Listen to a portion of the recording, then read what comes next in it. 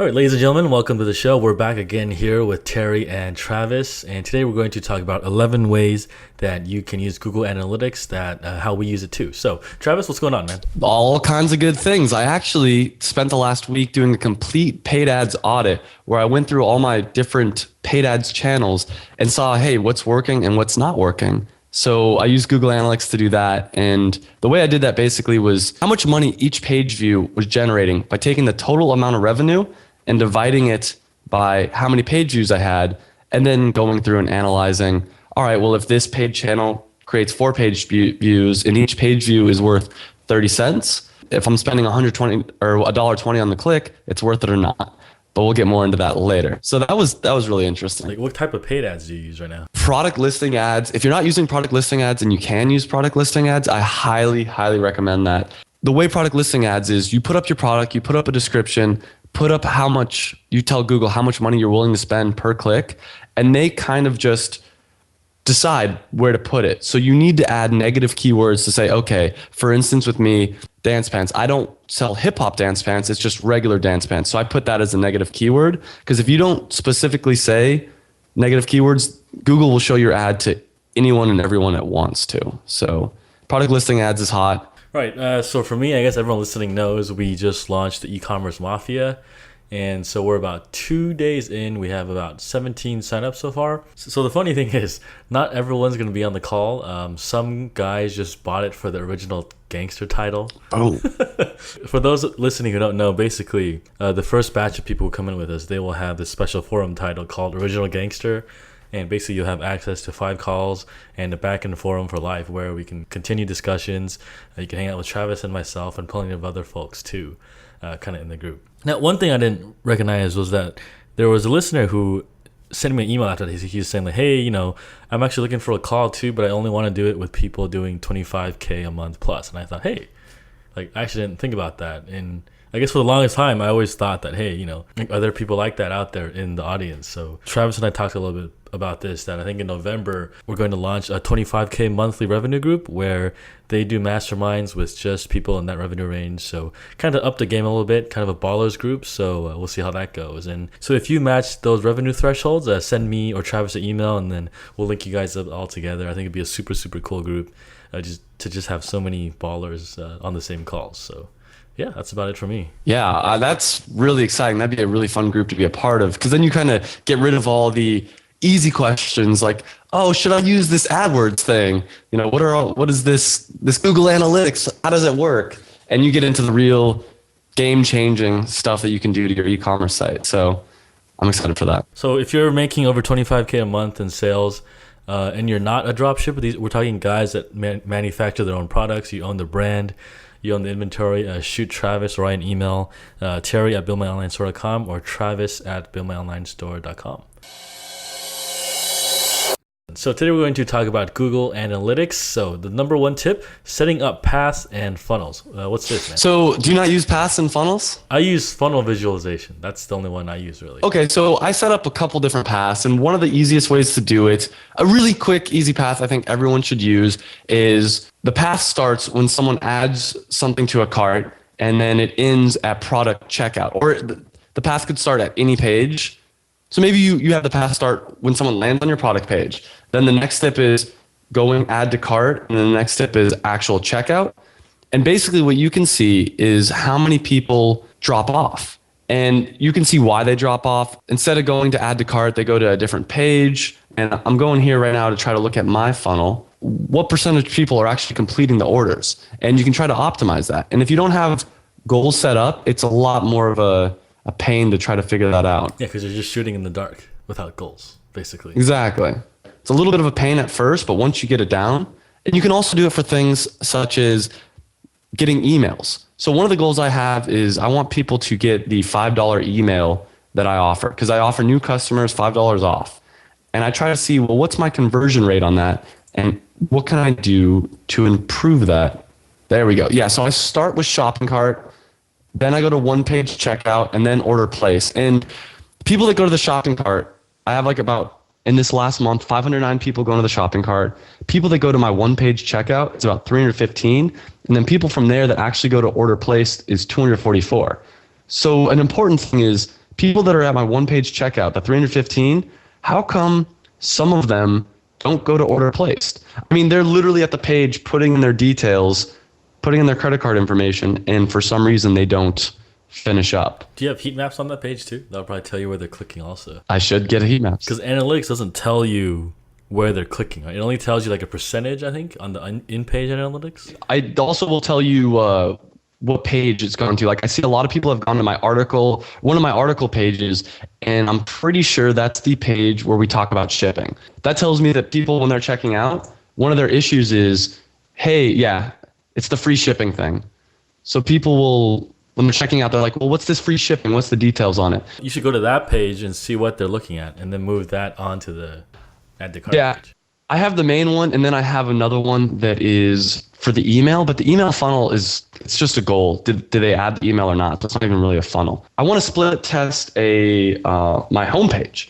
And so I'm going to add a funnel of people that land on the homepage, people that go to, I don't know how exactly I'm going to do it, but maybe go to any page, and then people that go to checkout and all that kind of stuff. Dude, the tool I told you 2 weeks ago, Klaviyo, can track it via email. They can see it once they open an email. You could set behavior triggers where if they abandon cart, it'll move them to a different tag within the backend. Because that's the only way you can really track each person by email, right? Is if your email is actually tagged through the analytics. But I don't think Google does that. But some email softwares actually can do that. But it's on a third-party thing. And then you could have to move your mailing list over too. It's kind of a pain in the ass. So. Yeah, no, that's something actually I definitely want to get around to. That's the problem with e-commerce. There's so many things to do that it's always like, all right, well, what's the most important next step to take? That kind of leads into number 2. A good way to tell what some of the most important next steps to take is by setting up e-commerce conversions. And e-commerce conversions allows you to see each of your sales as like a data point, and then each of your sales, you could see where the source and medium of the traffic came from. So you can see, okay, these sales came from cost per click or organic search or direct, how long they spent on the page. Basically, you can see everything and anything about them. And that's kind of information, if you don't set up e-commerce tracking, you're in the dark about. So that's one of the highest things I recommend to do. For a long time, it was broken on my site because in e-commerce conversion, when you set up, there's like a dollar figure to enter, right? You enter like, oh, what's the dollar value you want to assign when this goal happens? Well, if you have different products, you can't just set one price, right? So it turns out in BigCommerce, the card I used, I thought you just paste the analytics code in it would just spit the data out. But turns out you actually have to add a certain snippet of their own code into that analytics code to make it work. So it can tell analytics like, hey, this thing was $50, this thing was like 200, this thing was 50 or something like that. Otherwise, you're just like, it doesn't shoot the right data. So for the longest time, I didn't know that until I fixed it. And I was like, oh, okay, finally now it's working. So yeah, it was a pain in the butt for me too, because the same kind of thing, the way Volusion worked, I was able to find some code on a form somewhere where people took JavaScript and the JavaScript actually generated all the information for me. So it says, oh, what's the price of this? And the JavaScript said, oh, right, the price of this checked out part is $125 total. And would just take the order number and all that kind of stuff. JavaScript needed to tell Google Analytics where it was, right? Like what the value of this order is. But if you just paste it in, you can't figure it out itself. And I think that's why a lot of people have broken e-commerce conversions, because they don't know that you need to change the JavaScript on whatever shopping cart you have for it to communicate properly. Yeah, it took me a while to figure it out. And I think that I actually have a little bit of a coding background. If I didn't, I probably would have been lost. So, if you have a problem with this, email me. Maybe I can help you figure it out. Do some Google searching, and I guarantee you'll find someone else that had the same problem using your platform, and they'll be able to help you. Yeah, chances are your shopping cart has some tutorial in the help section that tells you how to do this. It should definitely have it by now. Just the coding stuff can get a little tricky. All right, cool. So number 3, paid ads. Yeah, so as I was kind of talking about earlier, the paid ads, if you're using paid ads, you need to be using Google Analytics. Otherwise, it's just a shot in the dark. And there's a couple different really cool features. Assuming you're using AdWords as your main source of paid ads, if you go to acquisition and then AdWords on your Google Analytics, you can actually go to the bid adjustments, and it'll show you a breakdown campaign by campaign of how much money you're spending versus how much money in revenue you're getting back. This is extremely helpful, but one of the things to keep in mind is that's just a fraction of the total sales, because in reality, some people come to your site. I noticed this with myself. Some people come to our site on one computer, using paid ads, but don't actually buy till they go home maybe. And by the time they go home, they direct put in the URL. So it shows up to me as a direct URL purchase, but they actually found us using paid ads. So it means they're slacking off at work. Yeah, absolutely. Absolutely. Which is good. Right? That's what we want. We want people that when they're at work and they got some free time looking at my site and spending all that time, or all of our sites, and then when they go home to finally make that purchase,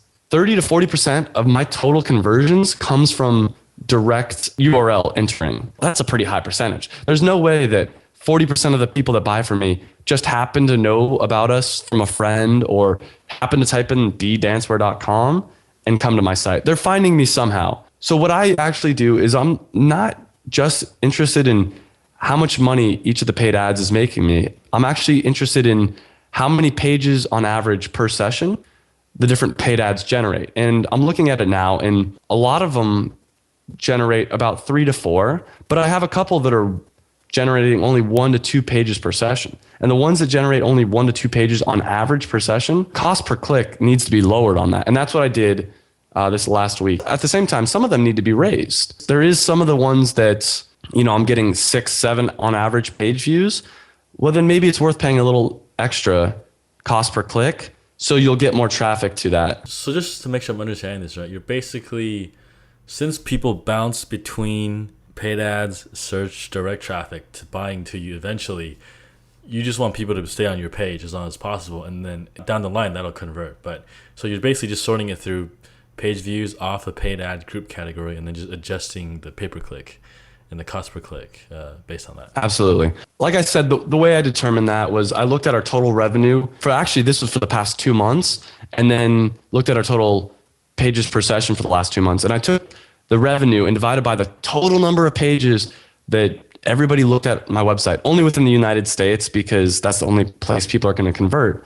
And then I also figured in what is our profit margin. But I figured on average, we make about 30 cents per page that someone looks at. And that also doesn't take into account the long-term value of the customer. And I'm ignoring that for right now just because I don't know how to figure that out yet. That's something I'm really interested in. Just from an acquisition standpoint, once you know the average view per page view or something, it gives you a ballpark idea to then tweak other things basically. Yeah, exactly. Oh, and another thing actually that you can do using analytics with your paid ads is find out negative keywords. And the way you do that is in AdWords. If you go to search queries, you can look at all the different matches that your AdWords got and find a lot of negative keywords. Like for instance, I said earlier, if someone types in hip hop dance pants, I don't want to match to that. So I went through that and I found all the different keywords that I don't want my ads showing up when people are searching in Google. But the good thing about using analytics is you can actually see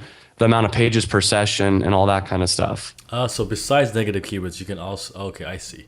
And you can throw those back into the PLAs too. Yeah.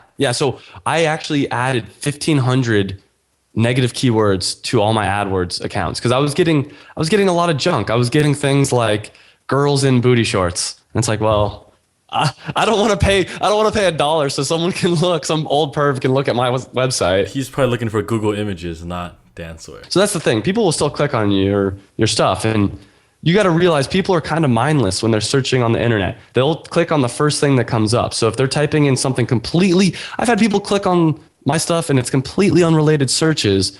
That cost me $1. They're on my page for a second and then they exit.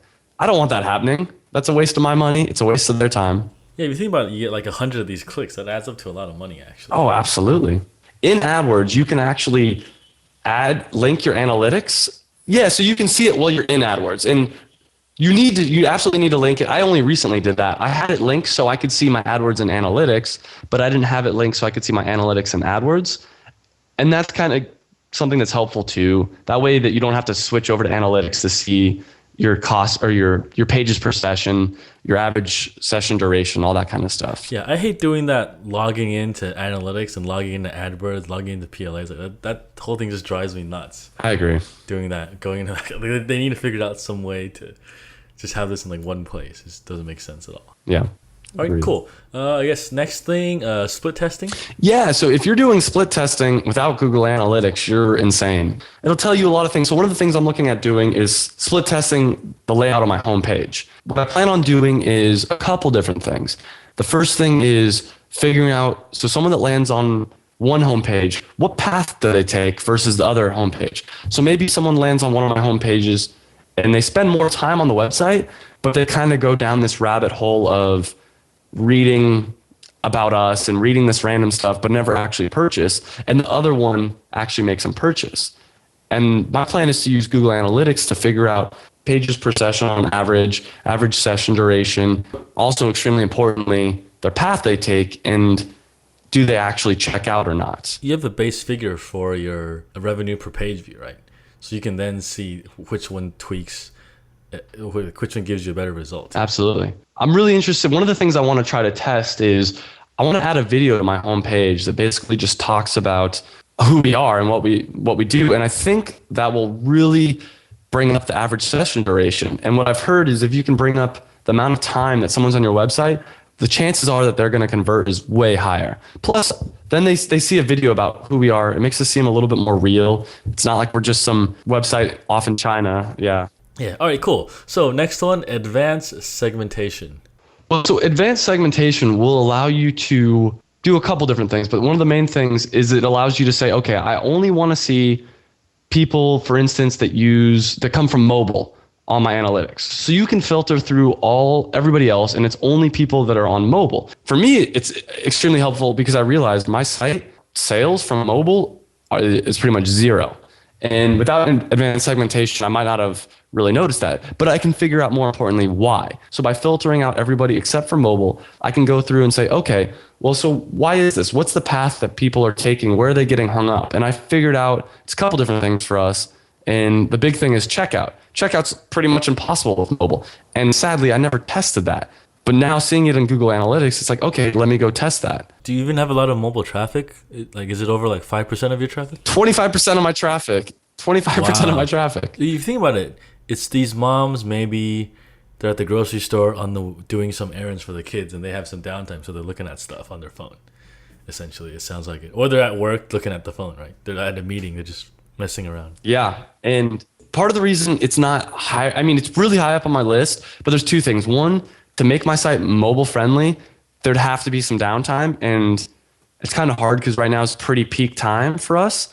So maybe when I come to Thailand or Vietnam, during the night I could work on it, make it mobile friendly. And then, during the day it'll be up for all the people trying to buy. But the second thing is people that are buying from us for the most part are going to want to buy from us on a computer. Or if you're buying one or two items, you might use your phone. Most of our real revenue comes from people buying for an entire team. If you're buying 10 jazz pants, I'm surprised if you're using your phone. I feel like you're going to go on your computer and make sure things are good. If you're spending $300+, you want to be on a real computer, not some tiny phone. Well, also, you guys have 200 colors too. How are you going to sort through that on a phone? That's going to just take forever. There's going to be some technological problems, but I have some ideas on what we can do. So when you say mobile traffic, does that include tablet? No, you can go through and see which ones are tablet, which ones are mobile. It might be different now, but last time I checked, it was 25%. But so another thing that you can do using advanced segmentation is see people that buy from you and how they interact with your website versus people that don't buy from you and how they interact with your website. So maybe you see people that buy from you, they tend to click on the About Us page, and people that don't buy from you don't see that page. Well, maybe if you get more people to go to the About Us page by highlighting it, making it a little bit bigger on your screen, more people will buy from you. And that's something I've heard pretty commonly, that people that go to your About Us page, they can connect with you more. They see it's a real thing. They see it's a real company with real people. They're more likely to buy. They hear your story, assuming you have a good story, and they're hooked. It was like now when you buy something and there's no person on their own website, it's kind of weird, right? Like, we know people are people on the internet. You don't need to pretend to be some huge company. Which makes me think that, do you have something to hide that by not putting your picture on here? I really want to highlight the fact that, hey, we're a smaller company. Here's the owner. The owner's going to talk with you. We're really invested in you. I mean, you have to look big enough to say, don't worry, we'll be able to fill your order. Don't worry, we're real. But at the same time, I think it's kind of cool. I think you should play up the fact that we're a small startup everybody loves an underdog story. You're saying, hey, look, we're a new company. We're doing some cool stuff. I'd rather give my money to that person than a multi-million dollar, faceless corporation. Yeah, exactly. Because there's more connection there too, right? And the interesting thing is that, like on the internet, where you can be anyone by what you choose to post, I think people kind of want this connection that you don't get. Because like now you don't have to see your friends. You just look at what they're doing on Facebook, right? And like when people are looking for that connection, like these things kind of play off on a different angle too, especially on like an online store or YouTube video or whatever. And that's, as small stores, that's all we really have. I mean, Amazon is always going to beat us on price, or the Walmarts of the world, but what we really have is that connection that we can create with people. So play that up. Yeah, there was some guy I saw on social media. He joked that one of his customers was like, "Oh yeah, when are you gonna buy me a Porsche?" And he sent him like a toy Porsche, and like he posted it all over the place. And I was like, "Oh, things like that, right? That we can do, that Amazon certainly can't do." So advanced segmentation. Let's move on to the next one. Referral traffic. Yes. So another extremely important thing you can look at in Google Analytics is your referral traffic. And what referral traffic is people that come to your site via a link on another website. And there's a couple things that you can find out from this. One is maybe people are posting about you on a blog. People that post about your site on a blog won't necessarily email you and say, hey, look at this post I made. It's really cool. They'll probably just put up the post, put up a review. Maybe it's a good review. And maybe you want to send them like a coupon or just send them a thank you message. Maybe it's a bad review and you want to say like, hey, we're really sorry that you had a bad experience. What can we do to change it? What can we do to make you feel better? Would you like a refund? Whatever. Either way, it helps you realize who's talking about you. Or another great example is people might be talking about you on forums. And we had a referral link from a forum that was Dance Moms. And we actually had a sale from it. We had a $150 sale. I wanted to, but I got busy and I forgot to do it. I wanted to go on there and send her a thank you and send her a coupon card saying, thank you for talking about us. I really appreciate it. Here's a coupon card. But what it did make me realize is that, hey, there's this whole forum. This is a great source of traffic. So I did start an account on there, and I haven't really been posting, or I could get an intern, for instance, to go on that forum and start interacting more with that community. Yeah, one thing I look at too in referral traffic is actually the bounce rate. So if they're sending me a lot of traffic and it's just bouncing off right away, it actually doesn't even matter because no one's even having good page views or looking around the site. So it's like, if you're doing guest posts or whatever, forum posts, and they're bouncing really high or really low, then you know where to focus on, right? Because then you can bring them down the funnel if they're actually staying on your site in the first place. Yeah, and one thing that's cool too is that when people mention you, do you have Google Alerts set up for your store? No, I do not. Oh, you should do that. So anytime it's mentioned on Google and it's indexed, they can send you an instant alert saying, hey, you were mentioned on this website. And then you can basically go to the forum and just hit reply. Interesting. Is that through Google or is that? Yeah, it's just Google Alerts, and then you choose to do it immediately, daily, weekly, and I think maybe monthly. I'm not entirely sure. Basically, whenever your keywords pop up. So I have one for Build My Online Store. Anytime someone mentions that phrase, it pops up I get an email saying, hey, you were mentioned here. But sometimes it's not always exact. Someone could talk about like online store and it'll get mentioned. So it's kind of a naming issue I had. But basically for you would probably do BD Dancewear, like the domain, B Dancewear, yeah, and the brand name, right? Like Bel Air, and then have that send you an alert anytime someone mentions you too. Yeah, for me, I found that Pinterest, the time on site is ridiculously high. So that's something I want to focus on more because people just spend way more time when they come from Pinterest. And I think maybe they have more free time if they're messing around on Pinterest and find our site.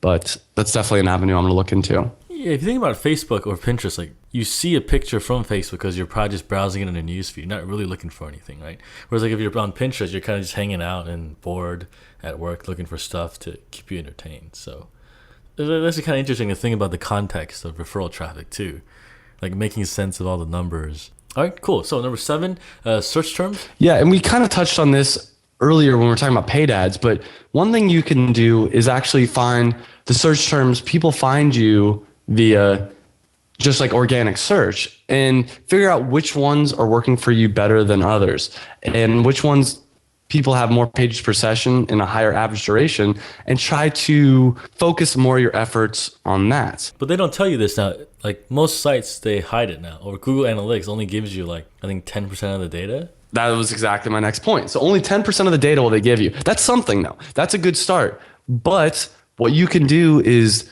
find out for that other 90% what landing page they're going to, and you can kind of reverse engineer it. You can kind of figure out, okay, it must be for me, for instance, like high waist dance pants.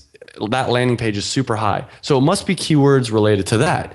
So that information, I could do a couple different things. I could go use it to optimize those pages even more. Or what I can do is take that keyword phrase and put it into paid AdWords, because that's obviously something that's working for me. So that's two different things you can do. Yeah, you know what's funny? They only tell you like 10%, but if you go to the Google Webmaster tools, they'll tell you like a lot more, and it's just kind of funny. They have that data in different places.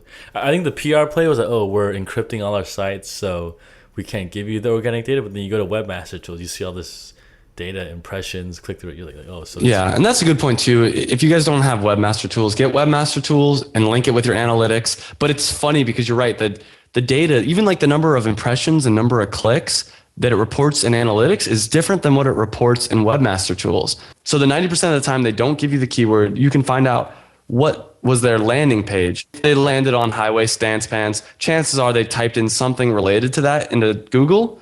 Like they probably typed in red high waist dance pants if they landed on high waist dance pants page. But then what you can do, like I was saying, is via organic traffic, which of these landing pages actually has the highest conversion rates, has the most pages per session, add those to your AdWords campaign. That way you're getting more traffic to these high converting pages, basically. yeah, you basically double down on those because you already know they convert. Yeah, It's just a matter of throwing more traffic at it since it already works. absolutely. Which kind of leads into the next point. You got to make sure that your most common landing pages are up to par. And I'll explain what I mean by this. You can find how many people come to each of your different landing pages. And I was surprised because some of the landing pages that were really high up on my list, I didn't even consider. And one of them was, we have this page that's nothing but a list of all the colors our clothing comes in. And it was literally just a list of, it would show a picture of a fabric swatch, and then it would say the color underneath it, and there was 200 of these. So people were searching for things like red dance pants, and they were being brought to this page because the word red was in there. Or maybe more obscure colors like light turquoise dance pants. If you type in yellow dance pants, we were number one on Google, at least number one on Google, and the landing page would be that giant page of fabric swatches. And the problem is, people looking for yellow dance pants come to that page and they think, what do I do next? And I don't want them to have to think at all. I want them just to be like, I typed in yellow dance pants, here's yellow dance pants. Made me realize two different things. The first one is, on that page, I need to have links to our most common items. So on the top now, it's not super pretty, but it's on the top now, I have our most common products and saying, hey, are you looking for dance pants? Are you looking for high-waisted shorts? Are you looking for this? Are you looking for that? That way, it's really simple. If someone's typing in orange high-waist dance shorts, whatever, they come in and they say, oh, there's a picture of high-waist dance shorts. Click. Now I'm going to buy. As opposed to before, they'd have to figure out, how do I navigate to what I really want to get to? The second really important thing it taught me is that Google liked that page. Google liked this page where I had all these swatches and names of the colors. So now what I do is I have a section of that on each of my product pages. So for instance, if you go to high waist dance shorts, you go to one on the sizing. I have a sizing and color chart. If you click on that tab, it'll give you that chart basically. And it'll have a chart of all the different colors with the name of the color there. Rich content page with a lot of words, basically. 100%. And I thought that maybe all those pictures and all those words would seem kind of spammy to Google. Turns out it's not spammy. I take a section of that, put it on all the product pages, giving more content to each of my, because I really want people to land on my product pages. I don't want them landing on my color chart. So they're ranking this color page really high, but is it higher than their products or? I think the third highest landing page I had on my website. So people coming from organic search, it's the third most likely page that they are to land on. I found out why. I did a pretty extensive organic search ranking test and figured out what pages were ranking for me for what keywords. And I found that almost all these random colors, all the colors that were kind of more obscure, not necessarily your reds, but like your scarlet. So if someone typed in Scarlet and then one of my products, the color page would come up because the word Scarlet was in the color page, but it wasn't in the product page. Now I put the word Scarlet in the product page too, but I put it in a special tab because otherwise we have so many colors, it'd be too much like information overload. Gotcha. All right, cool. So number 8, conversions and transactions. Yes, and we've kind of touched on this, but basically there's an important difference between transactions and conversions. So for instance, a conversion for me is someone putting in their email. I'm converting them from a prospective buyer to someone that's pretty interested and I've gotten that email. Same thing with adding to cart. If someone that adds something to a cart, it's not a transaction yet, but it's a conversion in the sense of it's a step closer. And that's where you'd want to set up these goal funnels so you could track these. And of course, a transaction is when someone actually brings that credit card out and purchases something. And these are, like we said, important to set up because then you're able to see, how do these people interact with your site? Why are they not putting in the email? Why are they not adding something to a cart? Or why are they not transacting? And I think especially with heat maps too, you can tell exactly what people are and aren't clicking. If they're not clicking stuff, you should just remove that from your site, right? Because no one's even looking at it anyways. And then it draws their attention from what you want them to focus on. So number 9, multi-channel attribution. So multi-channel attribution kind of solves what we were talking about earlier with paid ads, where you don't know necessarily where people are coming from that are buying from your site. What multi-channel attribution does is says, okay, some people found your site through paid ads, but when they actually purchased, it was through direct URL, entering the URL directly. And on multi-channel attribution, it'll tell you what percentage of people are finding you from paid ads and then direct traffic. The problem here is that if someone is on one computer and finds you through a paid ad and then goes to a different computer, it won't track that.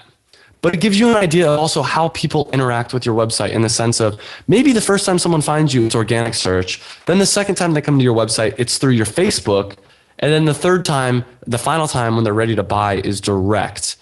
And I'm pretty sure that if you go to your transactions and see the source and medium, basically where the traffic's coming from, it only tells you the last click. It only says right before this person bought from you, they clicked on one of your ads, or right before this person bought from you, they entered your URL directly.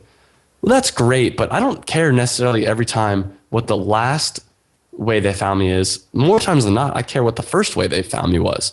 And that's where multi-channel visualization and conversions can really help out. Yeah, so on a higher level, there was a sales book that said most people don't buy on the first point of purchase. Usually it takes 6 or 7 hops for them to actually buy something. So if you think about that from a very high level, how can you make those hops shorter, right? You can look at time on site, things like that. How can you remove the friction so that there's only like 4 hops into 3 hops and into like 2 hops? So it's kind of interesting to do that. But I remember this book saying like it's usually 6 or 7 interactions for someone to really know you and then to be able to give them your credit card. So yeah, and that's the interesting thing about multi-channel attribution is you can see like I have some people that came to my site twice through paid search. Those people probably kind of forgot about me. They probably typed in something, found me once through paid search, and then they're like, oh man, what was that site again? I need to, I don't know, let me just type in dance shorts again. And then they found me again. But then you have some people that'll first find you through page search and then come to you direct the next time. And you want to increase those. You don't want to keep having to pay people to come back. You want people to remember who you are and come back directly to your site if you can. There's also the odd word of mouth direct traffic where if we're meeting at a bar and I show you this phone, you don't even think about it because you've already seen the phone. You just buy it right away. Because you guys sell to dance studios, right? I'm sure other kids probably see the clothes. So do they just see that and buy it right away without much time? Or, that's a kind of a wild card too, right? Yeah, that's the wild card that I can't track. There's nothing I can do. But it plays into, it's okay because that's kind of what I consider to be part of the long-term value of our customer. So, I mean, if we get one customer that has a $20 transaction with us, but she goes and tells her entire studio and all her friends, that's not a $20 transaction. That's a couple $1,000s that one purchase made for us. Yeah. All right, cool. Last one, tag your links. Tag your links, people. I know we kind of talked about this. This is something you need to do. So there is I think if you type into Google URL tagger, at the end of the URL, it says the campaign equals, and then you type in what campaign. It's URL builder. They have a thing, and what it allows you to do is say what the campaign source is, what the campaign medium is, and the campaign name. And what that means is, for campaign source, let's say I'm sending out an email blast. I want to tag that as the campaign source as email, the campaign medium. I'm actually not sure what the difference between campaign medium and name is, but I just usually add those as the same thing. So campaign medium, I'd say July email blast, and then same thing with the campaign name. And what this allows you to do is say, okay, what's my email conversion? What about from this one email specifically? And I'll use this a lot of times when I send out emails asking for interviews. I'm curious how many of the people I send out an email asking for an interview actually come to my website, and how do they interact with my website? You can also use it maybe if you're putting a link in a form and you want to see how does this form work, or anywhere you have a link, you want to be able to see in analytics the traffic from that. You got to tag your URL. So it is like Bitly, but it's the data gets pulled into analytics instead of their own dashboard. When I'm doing Facebook ads, I say, okay, so the campaign source is Facebook, but where it really comes in handy is campaign medium and campaign name. I put Facebook ad with green button as opposed to red button. And then I can split test, all right, does the green button or the red button, which one gives me better conversion rates and stuff like that. Same thing with display ads. If you're doing any kind of display ads and you want to be able to see, which ad did this traffic come from?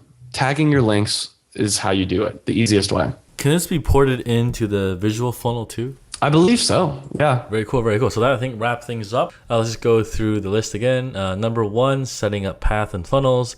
2, e-commerce conversions. 3, paid ads integration. 4, split testing. 5, advanced segmentation. 6, referral traffic. 7, search terms.